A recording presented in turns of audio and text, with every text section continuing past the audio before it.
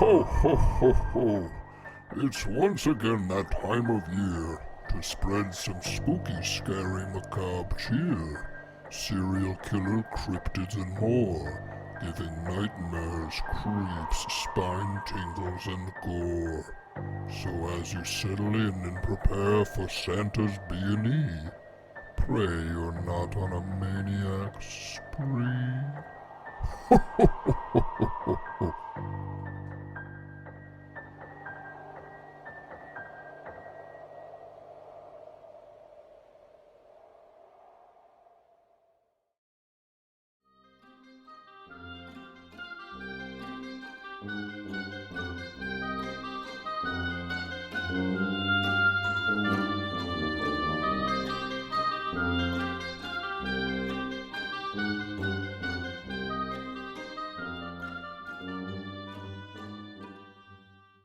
It's Monday. It's Monday. It's morning. It's morning. It's it's a macabre Christmas special. Hey, we everybody. rehearsed that for 3 hours. Yeah, I think we nailed it, to be honest. Welcome to the Mall Santa's Knee of Podcasts, Monday Morning Macabre. We're actually recording I think that's the best way to explain. from a Mall Santa's setup. Yeah, we're recording this right now from atop a Mall Santa's warm inner thigh, and boy, is he... He's really chill about it, actually. Yeah, he's super cool. He's like, well, this is what they wanted for Christmas. I guess I gotta let it happen. A lot of kids are mad at us. A professional Santa line. through and a lot through. of moms... Denise, I see the eyes you're giving me. There's a lot of moms staring at us mad. But you know what? It's not their turn. You know what, They'll have Denise? to wait. You should have come before the last week before Christmas, okay? It's your fault for waiting. Yeah, it's the Sunday before Christmas. You expect this to not be a big line? Sorry, Todd. Hey, that's not very ladylike, Denise. Yeah, mansplaining from Santa's knees. Is anyone more represent the patriarchy than Santa Claus? That's why I'm a Krampus fan. Krampus is a woman, man. Krampus is gender knows? fluid coming to just absolutely disrupt. Gender fluid. He's disrupting like Silicon Valley right now. He's coming to redistribute the 1%, baby. Krampus is the only ally we have against the 1%. Occupy fucking Occupy Krampus, North dude. Pole, dude. That one tickled me. Tickled me him pink. Tickled him red and green, baby, because this is the Monday Morning Macabre Crimbo Special. It's the Crimbo Happy Spimbo. Chrysler. Get Happy Chrysler, Merry Christmas. We did that last year, too. Yeah, well, every year from now on. I hope you guys are so excited for old St. Nick to trickle down your pee-pee trees.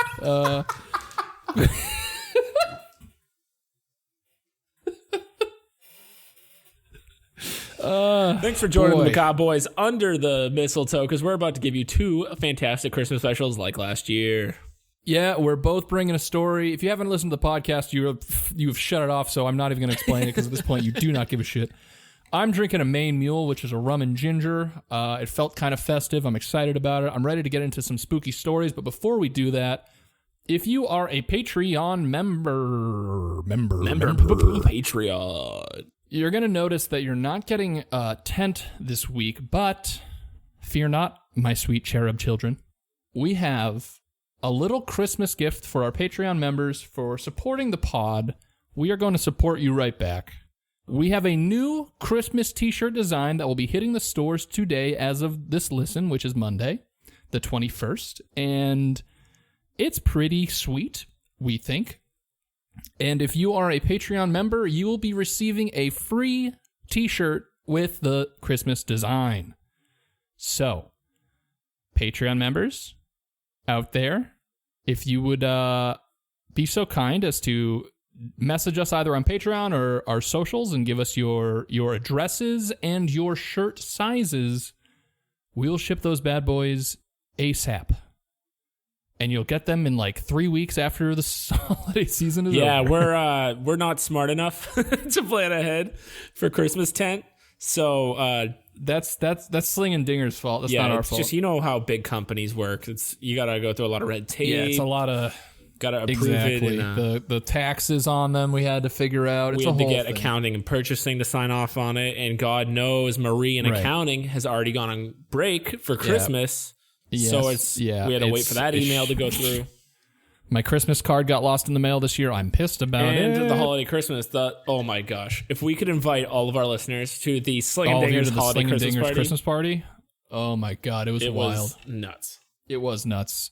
Dude, did you see Jerry from The Warehouse at the party? He was... Oh, dude, Jer Bear was freaking sending me nudie pics all weekend.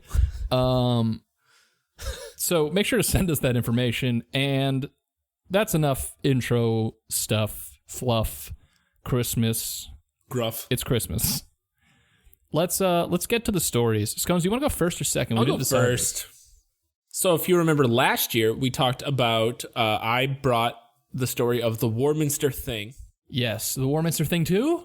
No. I'm just recapping what we did last year, but I can't remember what you did, if I'm being honest, so I stopped at mine. I did the Sodder family, one of the craziest disappearances of all time. Yes. So go back and listen to that if you're interested in more spooky Christmas stories.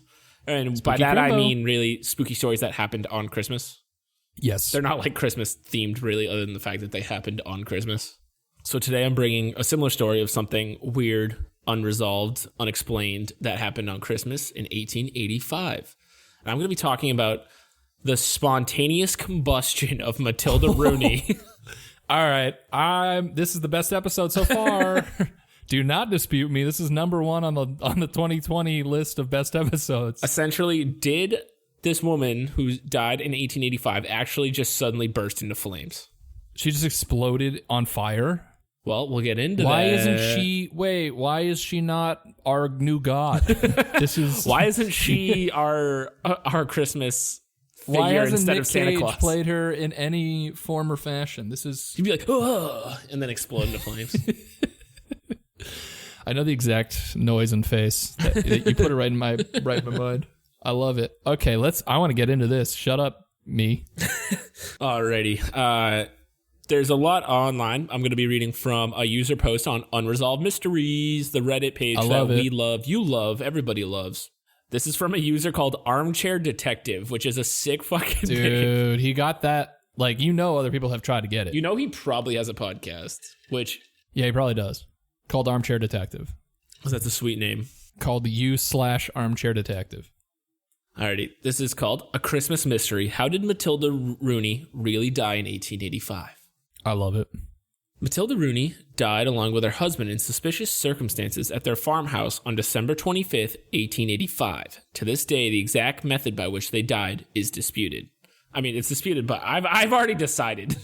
I like the thought of her spontaneously combusting, but if you're about to be like, she was playing with gasoline and was smoking a cigarette, when suddenly and I'm going to be like, okay, this isn't quite as cool. I hope it's much more 1885, where it's like, she had a black cat and she had her own opinions as a woman, so she must have been a witch that exploded into flames. So God must have struck her down. It's like, all right. Yeah, that tracks the 1885 America. Literally would have tracked till 1952. Yeah. So Patrick and Matilda Rooney were an elderly couple that lived at their farm outside Seneca, Illinois. Both were known to be heavy drinkers and had at the time of their deaths relinquished much of the work around the farm to their farmhand and son, John. John. Hey, John. The event. On December 24th, 1885. Christmas Eve, listener. Christmas Eve. Ding, ding, ding, ding, ding. So Santa Claus is making the rounds, but at the Rooney house, one of the Rooney's farmhands, a man named John Larson, was spending Christmas Eve with the family. He recalled later that Patrick and Matilda had consumed a lot of alcohol because they fucking partied, dude. During the evening, because they fucking rock. During the evening, way cooler than your parents. And he had eventually excused himself around 8 p.m. and went upstairs to sleep in the spare bedroom while the couple's son, John Rooney, returned to his home. Oh, by the way, everyone's named John in this because it's 1885 America. Yeah. John and Elizabeth. John and Elizabeth met up with John and Elizabeth, where they met with John and Jane. Jr. Sister of Elizabeth. Sometimes during the night, Larson recalled walking briefly and having trouble breathing. He then drifted back to sleep and didn't awake till the following morning of December 25th. Christmas Day, dear listener, Christmas Day. Bum, ba, ba, bum, bum, ba, ba, bum. He found an acrid smell and a haze in the air, as well as soot on his pillow and around the bed. What the fuck? Hurrying downstairs, Larson searched for Patrick and Matilda. He spotted a figure lying on the floor of the couple's bedroom, which he noted was Patrick Rooney lying dead. Jesus. And then he fled the house due to the smell and smoky haze as he feared he would asphyxiate if he remained. While Larson alerted neighbors that something was wrong, he also alerted John Rooney, who then sent for the doctor. I like to think.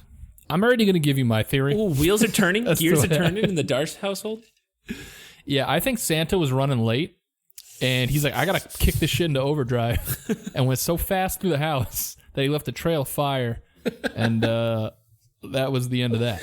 I think Santa went down the chimney, but the fire was still lit. So he hit the bottom. He's like, fuck. And he started running around the house, lighting everything on fire. He's like, ooga, ooga. Looking for a... Then he eventually found a bucket of water, and he had a nice... And he went, But by then it was too late. Everyone in the house was lit on fire as he ran through. So then he ate the cookies, drank the milk, and went back. He just tiptoed out like, ooh, that's on me. The investigation. Despite police arriving swiftly, it took until the following day for a doctor to arrive from Port Huron, Michigan, to carry out an inquest.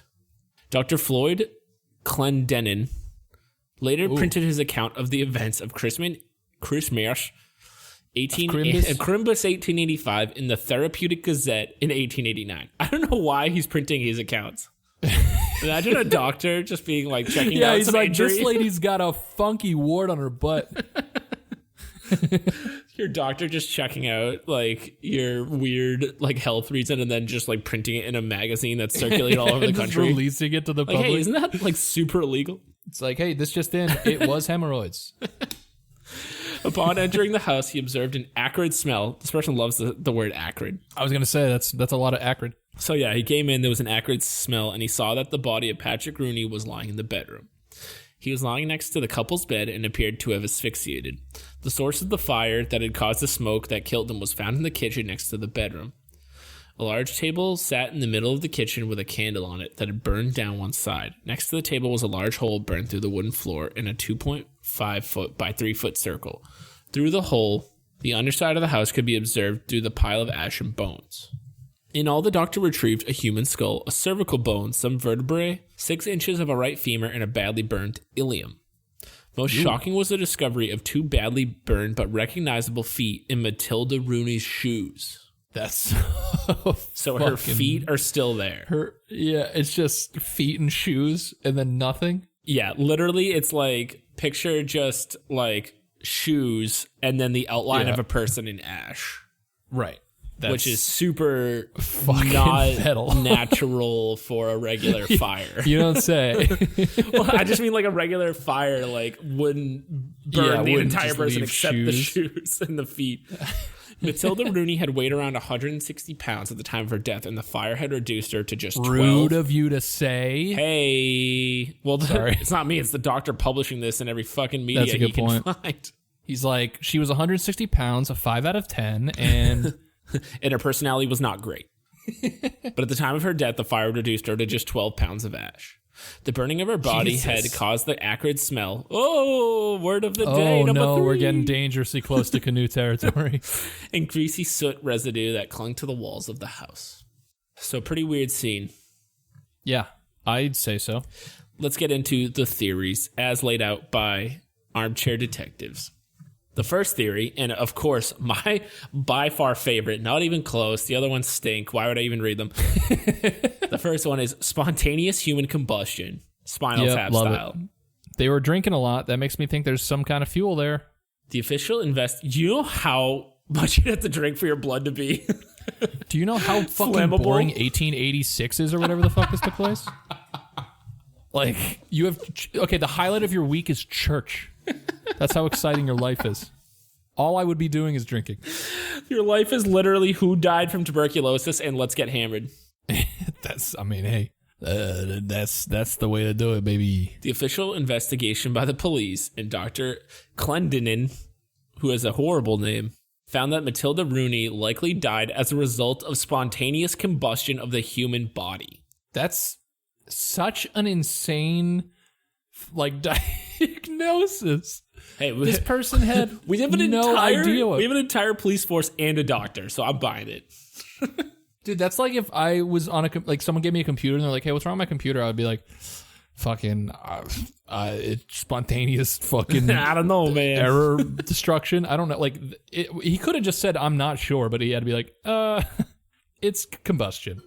They also theorized that her husband, Patrick, had been overcome with fumes from the fire and died from asphyxiation, or may have already been passed out drunk and then died due to the fumes. In trying to support this theory, both the doctor and the police pointed to the large amount of alcohol, which included primarily whiskey, that the couple had consumed the previous day. The belief at the time was that the buildup of gases in the body and the raising of the blood alcohol level could lead to a risk of the body self-igniting as body heat and gases grew to a level that the body could not handle. That makes zero sense, but I fucking love it. You know how many times in college I would have burst into flames, dude? Like, giving Fireball whiskey a whole new name. junior year of fucking undergrad, dude, I would have fucking burned down the campus several times. Yeah, you would have exploded in the middle of that pizza shop. Shout out to Bell Italia, which I don't think exists anymore. Yeah, I think they shut down. But this has been mostly disproven in modern lab studies, boo, in which an external source of combustion is always needed. Yeah, that's yeah. This theory, much like the larger theory of spontaneous human combustion, has always been disputed, with few cases being unexplainable in any other way. So it is 1885. Yes. And maybe it's just like the police and the doctor being like, we need people to stop drinking. Just say that they explode if they drink too much. That's a sick form of propaganda. That's way cooler than like it's like the health videos where the kid smokes pot and then like kills his whole family. Yeah, and he's like, I think I'm gonna fly, bro. I'm so high, nothing can kill me. Yeah, and their dog's fucking melting into their couch. Yeah, since you started smoking pot, you don't take me for walks anymore. Yeah, that shit was like, what the fuck? It's like, bro, that's because you're talking to me. I would never Holy leave. shit, this is good weed. So our second theory is Moida. Moida? In the first degree? Early in the investigation, Moida? A Crimbus Moida special. Early in the investigation, suspicion had fallen on John Larson, who had been spending the Christmas Eve with the couple. So this is the farmhand John, not the son John. Suspicion was also placed on John Rooney, who is the son, the couple's son, who may have stood to gain by his parents' death. John Larson was later cleared of any foul play due to the presence of an outline in the bed he had slept in that night, which showed his shape, which supported his claims that he had slept through the events of the night. Wait, that was all you needed back then to be clear of fucking apparently murder? I'm guessing there was like a small level of soot that like had his outline. So you're saying you wouldn't be able to just make that or artificially? Like, I guess, yeah. I guess their logic is that he would have had to have been in the bed by the time the fire started in order for there to be an outline. But he definitely also could have just taken a small brush and brushed an outline. I was going to say. John Rooney, meanwhile, was cleared as no evidence could be found that an accelerant had been used to cause the fire, and that the lack of signs of injury on his father, other than suffocation from inhaling the fumes of the fire. Okay. All right. Farmhand John Larson died over 2 weeks later from lung damage from the fire. His autopsy showed that he had a buildup of the same soot and greasy resin in his lungs that had killed Patrick Rooney. So we have 3 people dead now. Due to a unknown... This is such an 1800s... way to die. Like, they're like, oh, how did that family die? It's like, the woman exploded. And killed everybody. Yeah, it's like, what the... Just, I don't know. Seems awfully... Putting a lot of blame here on old... Yeah, a lot of victim shaming. Yeah, preach, sister. Yeah, it also just shows why you should always be thankful that whatever time you're alive, it's probably the best time. Yep. Yeah. This is the best time to do it. 2020 sucks, but at least like your like mom isn't bursting into flames and killing everybody. That's, even my mother. Hey. All right. Hey. Third theory is an accident. Much like spontaneous human combustion, has been claimed that for some time that Matilda Rooney could have easily ignited by coming into contact with a source of heat or flame. That seems like the most obvious sentence ever. She might have burst into flames by walking into flames. In this case, both the buildup of alcohol in her body and the wick effect a process whereby the body's fat and clothing act like a candle to keep fire from spreading beyond it, would have come into effect. Oh, that's cool. The suggested source of heat that ignited Matilda Rooney was either the candle that was partially burned on the table or a cigarette she may have been attempting to light from the candle at the time of her death. This would be the most plausible explanation. Boo. But at the time of her death, the theory of spontaneous combustion was more widely reported. Yeah. I love it. Yeah. Cool. That's what makes the kids happy on Christmas. Yep. That's what spreads the cheer. I love it. In conclusion, which is the way you start every paragraph in your high school English class. Wait, didn't they say never to do that? They did, but guess who did it all the time? And also don't start a oh yeah, me too. Oh, don't start a sentence with and then you read a book and it, like there's and then every sentence or with but, yeah. And I see that all the time now, and I'm like, what? But I was told. I'm like, hey, teach. How come Ernest Hemingway didn't have to take a fucking teach. English class? The guy writes like an Got idiot, him. according to you. That guy looks like a goddamn idiot. You stupid. Anyway. In conclusion, it's likely that the case will forever be listed as unexplained due to the lack of quantifiable proof of spontaneous human combustion. I don't know what you're talking about, writer. I'm already in. And the more simple conclusion of an accident around a naked flame. That's dumb. I don't want to hear it. This person just writes, I recently completed posting 5 Thanksgiving-related cases and now plan to write up several that occurred around Christmas time. I would appreciate any feedback. Hey. Please read my work. Yeah, that's a little plug for old armchair detective. Hey, armchair detective, you deserve it. Armchair Congrats on the plug. Yeah. You're about to get swamped with so many eyeballs on your work. Yeah, prepare for the eyeballs. Massive audience. The nerve of that guy and his driving eyeballs. And that's Scones' case of spontaneous combustion on Crimbo. I like that a lot. That's fun. That is not what I expected. Remember, kids, if your mom drinks a lot, be careful. Open a window.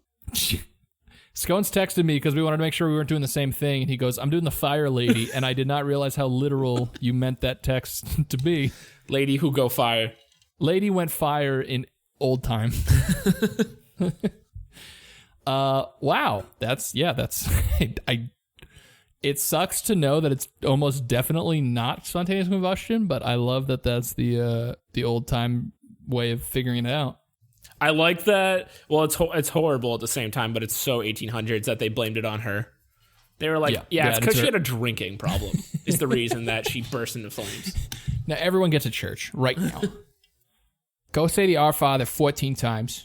And maybe you won't burst into flames next Christmas. Our Father, who art in heaven. Have you ever heard of Bostonian church? Our Father who fucking... Our fucking Father. Who burst into heaven, who kid. Fucking... Our Father, Billy Bells. Our Father, Tom Brady. Hallowed be thy fucking football game. Thy kingdom come, Bill Belichick be done. On Gronk as it is in heaven, baby. Okay.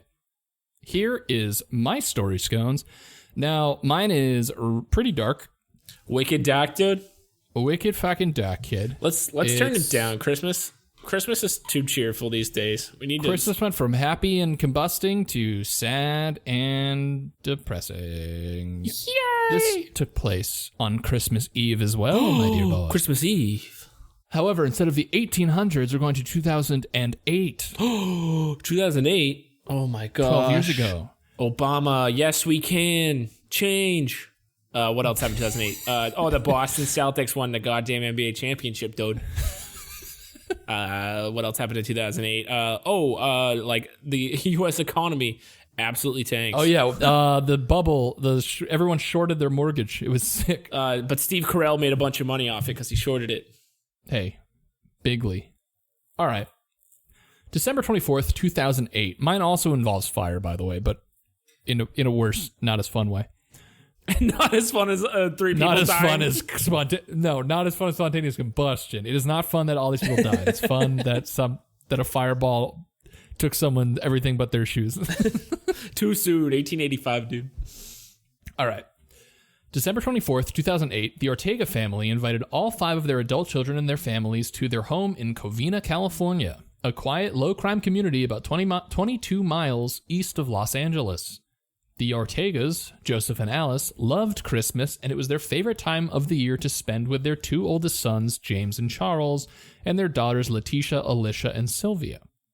That Christmas Eve, the family played a boisterous game of poker, and the party was in full swing, but in the middle of their holiday celebration, the doorbell rang, and what unfolded next was incredibly gruesome. Yeah, it doesn't sound like it's going to be boisterous. Shortly after the doorbell sounded, police received 911 calls from the Ortega's neighbors. The caller cried, "Come immediately, they're burning down someone's house." Holy shit. The fire department was dispatched to the Ortega's house, but the calls kept coming in. Some even reported they heard shooting coming from the house, and when the police arrived at the scene, it was total chaos. One lieutenant said, quote, "When I arrived, to describe it as apocalyptic would be accurate." Scones, Yeah. today I'm going to tell you about the Santa suit killer. Oh, jeez. This is going to give me the willies because it was so recent. I mean, 12 years, but still. I will tell you this. Like a Christmas gift, it does get wrapped up with a bow. So you will be... Oh, shit. 13 years now. It's going to be 2021 like in a hot second. Oh, my God. You're right. That's weird. Fucked. Oh, dude, I'm like basically 30. Can we get into the existential crisis that I'm going through and diverge from your story? Fuck. You're going to make the 30 and up listeners go, that's sad. I have almost no time to make the 30 under 30 for podcasting. You're right. We only got a couple of years together. Every one of our listeners submit me for a 30 under 30 podcasting list. I don't know. Fucking like Vice has to do one or some bullshit. Yeah. Okay. So when police were told what happened, they were shocked. Also, this is an Oxygen article. True Crime Buzz. Oxygen. Consider me for your 30 under 30. So this is by Ali Vanderheyden. The disturbing case of Santa Claus killer who massacred 9 people at Christmas Eve party before burning down the home. Oh, jeez. It's like the evil version of the movie The Santa Claus with Tim Allen. So, continuing on with the story. When police were told what happened, they were shocked. Someone dressed as Santa had unexpectedly arrived at the Ortega home and began shooting. In the middle of investigating the chaotic scene, police received a tip from a neighbor. She and her husband had seen a car leaving their cul-de-sac at around 11:45 p.m. I thought you were going to say a sleigh. She and her husband saw 8 reindeer and a sleigh pull out of their cul-de-sac and fly into the air at 11:45 p.m. After putting out an APB on the car, police started sifting through Ortega's scorched home. They found bodies burned beyond recognition, which were later identified as the missing Ortega family members. A total of 9 people were murdered. Oh my God. Yeah, it's grisly. While police were investigating the Christmas Eve massacre, investigations in neighboring Sylmar, California were called to the home of Brad Parda, who returned home from a Christmas party to find his brother Bruce lying dead in a pool of blood. Oh my God. Once they arrived, police found a single shot from a 9mm handgun in Bruce's head. There was a 9mm pistol in Bruce's lap and a second 9mm on the floor. Police also found another bullet hole in the ceiling, and they believed there might be a second shooter at the scene. Looking into Bruce's past, investigators discovered he had an ex-wife named Sylvia Ortiz, whose divorce from Bruce was finalized on December 18th, 2008, just days before the holiday. Police dug deeper into their divorce to find out if it had anything to do with Bruce's death, and they realized Sylvia's maiden name was Ortega, which meant she was one of the Ortega siblings who had been killed on Christmas Eve. Oh, so he went like nuts? Basically. Police didn't think their deaths were purely coincidence. They believed their suspect was still at large, and when they performed autopsies on the bodies from the Ortega's house, they found all of the victims had been shot at least once with a 9mm handgun. On Christmas Day, police also interviewed Letitia, who said that despite the Santa Claus costume, beard, and hat, she could identify the shooter, her sister's ex-husband, Bruce Pardo. Investigators then went back to Brad's house, where Bruce was found dead, and searched his car, which ended up being the same car that the Ortega's neighbors had described seeing on their streets after the murders. Inside the vehicle, police had found a Santa suit and thousands of rounds of ammunition. The car had also been booby-trapped to explode once the Santa suit was removed, and though the vehicle exploded, no one was injured. Once Bruce's autopsy was finished, the investigators were able to conclude he had committed suicide and there was no second shooter. The autopsies also revealed he had horrific third-degree burns on his hands and arms, and parts of the Santa pants had melted to his body. Police believed he didn't initially plan to kill himself as he left no note. Around the same time, a man reported a mysterious car parked in front of his Pasadena home. Police ran the plates and found the car had been rented by Bruce Pardo. Though the car wasn't rigged, it was packed with supplies, including a computer, clothes, water, food, and maps of the U.S. and Mexico. Oh, so I bet he definitely wasn't planning on killing himself then. No, he was not. Police believe Bruce had been planning on escaping to Mexico after his killing spree. Bruce's getaway car was also parked about 500 feet from the house of Scott Nord, Sylvia's divorce attorney, and police believe Bruce might have been planning on also murdering Scott, who resided over their, quote, somewhat contentious proceeding. Dude, fuck that. Imagine just like... I know. That's just being a divorce attorney. Yeah, being like, any of these people could sucks. fucking kill me because this is intense. Yeah. In June 2008, Bruce Pardo was ordered to pay $1,785 a month in spousal support. When his divorce was finalized shortly before the holiday, the spousal support ended up being waived support? $1,785 a month. Oh, okay. I thought you said 181. I was like, that's not... No. The spousal support ended up being waived as at the time he had lost his job. In July of 2008, Bruce's employer realized Bruce had been fraudulently billing clients for hours he didn't actually work and was fired. So this guy's an all-around douchebag, it seems. That's what it sounds like. Actually, it doesn't seem that way. It's just a fact. It's a matter of fact. Oh, for sure. He sucks. A reporter said that the divorce shattered Bruce Pardo. It became his obsession, and Bruce began to plot ways to get back at Sylvia. I think that he decided that he wasn't just going to kill her, but he was going to kill everything that she loved and take it, wipe it off the face of the earth. Yikes. During his Christmas Eve killing spree, Bruce pulled out a homemade flamethrower to spray 18 gallons of gasoline into the house once he ran out of bullets. This dude fucking is billing for work he didn't do, but he has the time and effort to fucking make a homemade flamethrower. What? So, yeah. Santa Claus showed up at this people's house with a flamethrower and thousands of rounds of ammunition. It's like That's my nightmare. Yeah, it's a Christmas nightmare. But Bruce didn't realize there was an open flame somewhere else inside the house, which led to an explosion that left him horrifically burned. Instead of driving to kill Sylvia's attorney, Bruce then went to his brother's where he killed himself because of how badly he was burned. So, Bruce's neighbor said, I still wonder if the suit hadn't lit, how the story would have ended. It may have been a much different ending. Like he would have got away, or attempted like he would have to get away. killed the divorce attorney and then potentially escaped. In 2016, Letitia told Oprah, quote, I can't do anything to change what happened. Oprah? She was on Oprah. Holy shit. She says, I can't do anything to change what happened. I can only focus on the future. This is what he's done. Enough. I'm not going to allow you to continue to consume us with your evilness. You don't want that anger to live within you day to day and grow just like it did with his monster. Did Oprah give them like a shit ton of money? I have no idea. I really hope she did.